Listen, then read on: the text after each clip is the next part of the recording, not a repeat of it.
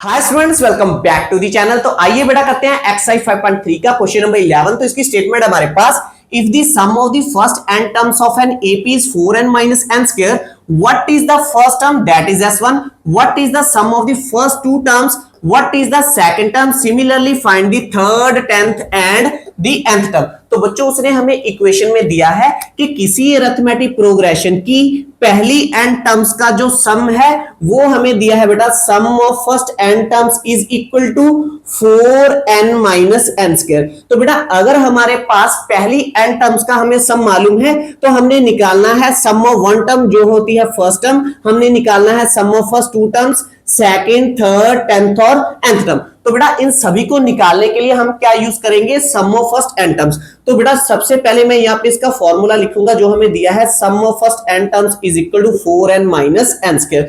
तो सबसे पहले बच्चों हम क्या निकालेंगे, हम निकालेंगे s1। तो हम क्या करेंगे, s1 को निकालने के लिए इस n की जगह पे बेटा मैं क्या रखूंगा, 1। तो हमें मिलेगा 4n की जगह पे मैंने रख दिया 1, यहाँ पे है माइनस, फिर यहाँ पे n है, n की जगह पे रखेंगे 1, 1 स्क्वायर बन जाएगा। इसे सॉल्व करेंगे, 4 1 जार 4, यहाँ पे आएगा माइनस 1 स्क्वायर का मीनिंग हो गया बेटा 1 इंटू 1, तो यहाँ पे आएगा 1, 4 माइनस 1 हो गया बेटा 3।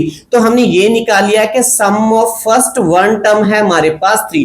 तो बेटा S1 का मीनिंग क्या है कि मैंने सम किया है पहली एक टर्म का, तो जो पहली एक टर्म का है वो हमारे पास क्या है, A1। तो दैट्स मीन ये हमारे पास क्या है, A1। तो यहां से मैंने ये निकाल लिया है कि S1 होता है sum of first one term.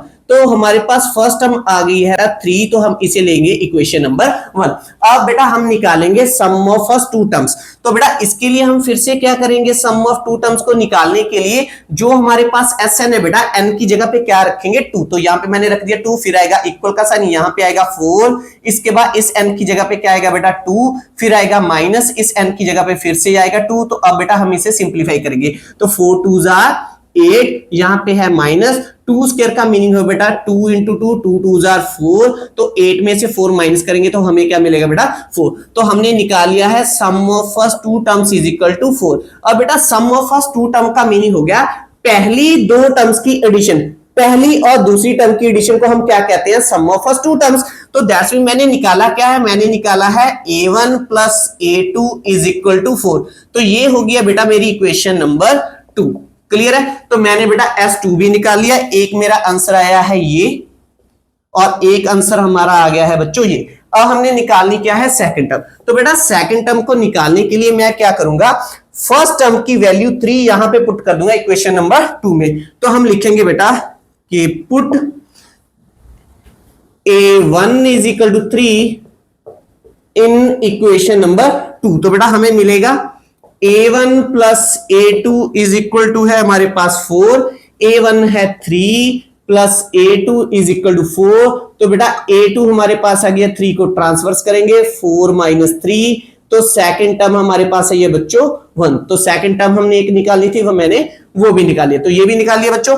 अब हमें थर्ड टर्म, टेंथ टर्म और एन टर्म को निकालने के लिए क्या चाहिए, थर्ड टर्म की जनरल फॉर्म क्या होती है, A प्लस 2D।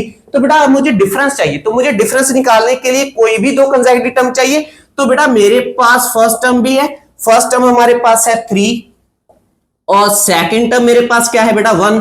तो दैट्स मीन कॉमन डिफरेंस मैं कैसे निकाल सकता हूं, second term minus first term करके। तो सेकंड टर्म है 1 माइनस फर्स्ट टर्म है 3, तो 1 माइनस 3 हमारे पास आएगा -2। तो बेटा मैंने डिफरेंस भी निकाल लिया है, वो मेरे पास आ गया है -2। क्लियर है बच्चों। अब अगर मेरे पास D भी है और अब मेरे पास बेटा फर्स्ट टर्म भी है A है मेरे पास 3 और बच्चों मेरे पास डिफरेंस भी मैंने निकाल लिया है, वो है मेरे पास -2। अगर A और D हो तो हम कोई भी टर्म को निकाल सकते हैं। अब हम निकालेंगे थर्ड टर्म। तो थर्ड टर्म की जनरल फॉर्म क्या होगी, A प्लस 2D और A है 3 प्लस 2 इंटू D की जगह पे रखेंगे -2। तो इसे सॉल्व करेंगे बेटा हमें मिलेगा 3 प्लस माइनस माइनस 2 2 जार 4, तो 3 माइनस 4 क्या है बेटा -1। तो थर्ड टर्म हमारे पास आई है बेटा -1 जो हमने निकाली थी। तो थर्ड टर्म भी पता चल गया। अब हम निकालेंगे बेटा टेंथ टर्म। तो टेंथ टर्म को निकालने के लिए बच्चों जनरल फॉर्म अप्लाई करेंगे, A प्लस 9D, इसमें वैल्यू रखेंगे।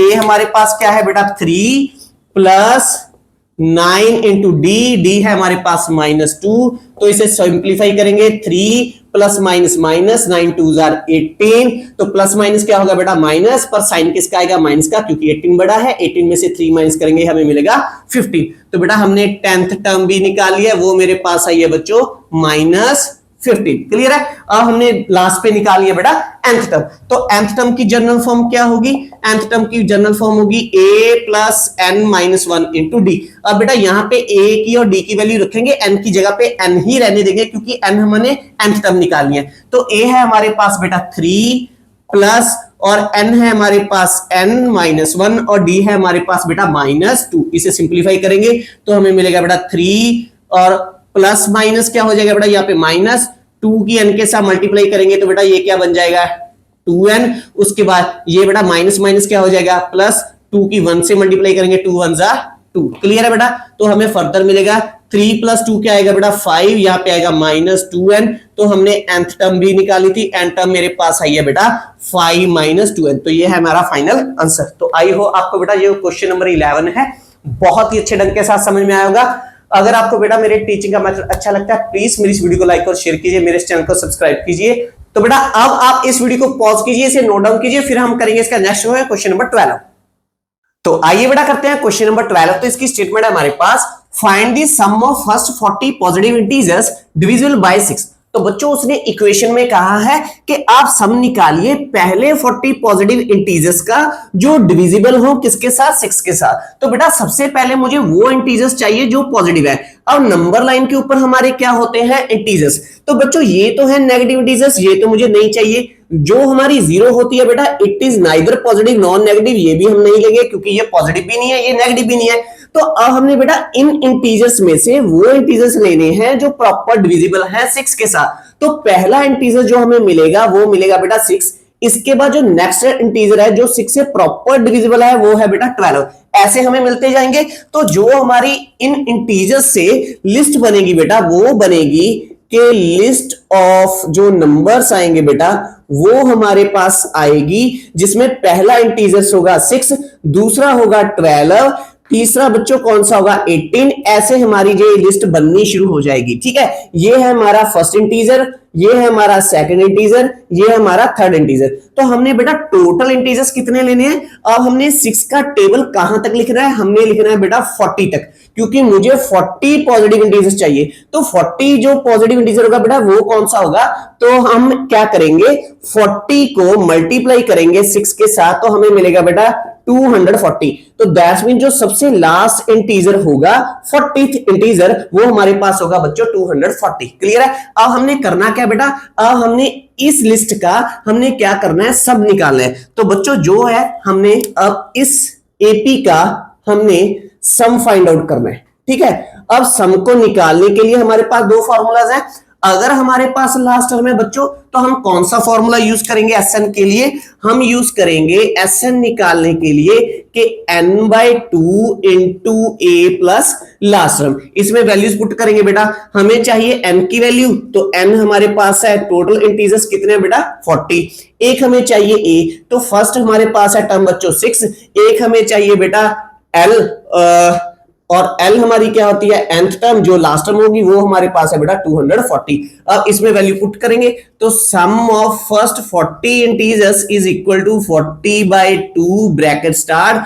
फर्स्ट टर्म है हमारे पास 6 प्लस लास्ट टर्म है हमारे पास बच्चों 240। इसे सिंप्लीफाई करेंगे तो हमें मिलेगा sum of first 40 integers is equal to, तो इसे कैंसिल कर लेते हैं बेटा, 2 1 जा 2, 20 2 जा 40, यहां पे आएगा 20 इंटू, तो 240 प्लस 6 बन जाएगा बेटा 246। तो बेटा 246 को हम मल्टीप्लाई करेंगे 2 के साथ तो हमें मिलेगा 6 2 जा 12, यहां पे आ गया 1 4 2 जा 8 और 1 हो गया 9 2 2 जा 4।